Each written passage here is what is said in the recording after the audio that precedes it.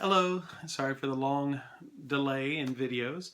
Life got a little bit busy and YouTube uploads extremely slowly for me, but we just got higher speed internet out here, so I'm giving it another shot and see if this takes less than 4 or 5 hours to upload. Hopefully it does, because that'll make this a lot more fun for me overall. But before running into books, because I actually was going to talk about books, shockingly, since this is BookTube, I wanted to go and share this beautiful beer can that I just found not too long ago. That is by 6 Point. It's their global warmer. I may have bought it because it's a red beer can with a bright red star on the front of it, because red star reviews and all that. But I've also been wondering how it tastes, so tonight seems a perfect night to find out. Not bad. A bit like a session IPA. A little bit of a pine tree looking taste, but not too sharp and not too bad of an aftertaste. So it's more like a session than a regular IPA in flavor, although it has 7% alcohol content, so it is more like an IPA, but I digress. Anyways, today's Circle of Bookish Friends hashtag got me thinking, because it was DNF, which is did not finish. And honestly, it's very rare that I don't finish a book that I start to read. Normally because I tend to just stick with fantasy and science fiction, so I stick mostly within my genres, and even then I try to vet a book before I actually read it to make sure that it's going to be something that I want to read. But there are a few that I did not finish, and I just wanted to talk briefly about them and the why of it. One of them you'll have already heard about because I've posted about it on Bookstagram before, but it is The Golden Compass by Philip Pullman. I just did not like this book. This book was incredibly boring to me. So I just had to give up. I wanted to like it because so many of my friends who are awesome readers love and adore this book. I just couldn't. It just did not do anything for me. I thought the characters were extremely two-dimensional. The plot was slow as molasses and just not enjoyable. Now, I've been told that, hey, well, it's written for a younger age group. Really? It's just not an interesting book to me. That's okay. I like reading young books. Y'all have seen me read children's books. This one just did not connect. If you love it, you love it. I'm glad you do. But another book that I shockingly did not finish, because I absolutely adore this author, is Tim O'Brien's Going After Casciato. I love Vietnam War stories. I absolutely love them. And nobody tells them better than Tim O'Brien. He tells the absolute best Vietnam War stories. His memoirs of If I Die in a Combat Zone, Box Me Up and Ship Me Home, that's one of my favorite books. I absolutely love it. Most people know him from the books The Things They Carried, which is an awesome story. I made it to page 87 in this, and one day I hope to pick it back up and finish it, but I've made it to like page 87 twice, and I still haven't finished it. Something just makes me set it down and pick up another book.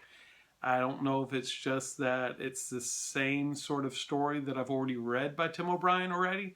But hopefully one day I'll finish it, because I really like this author a lot. If you've ever read anything by him, he is amazing. One of the best authors I've ever encountered.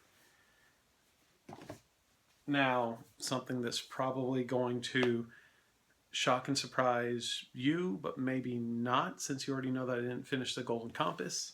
Another one that I did not finish. Dun dun dun.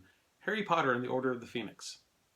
Let me preference this with saying I like the Harry Potter books. I really do. And I was having a great time reading them. I tore through the first few of them, and I really enjoyed them a lot. But when I got to Harry Potter and the Order of the Phoenix, I was Harry Pottered out.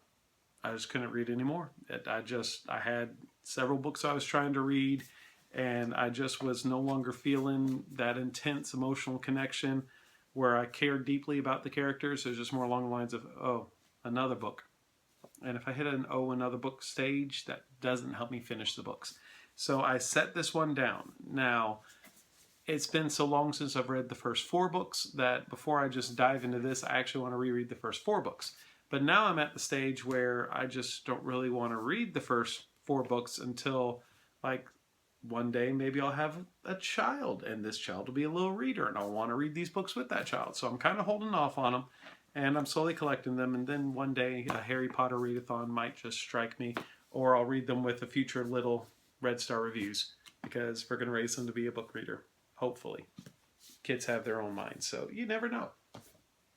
And then one that I did not finish, and also have not even taken the sticker off of the cover of, which if you want to know how to do that, check out my blog. I have good instructions on how to do that, is Terry Brooks, The Genesis of Shannara, the Gypsy Moth.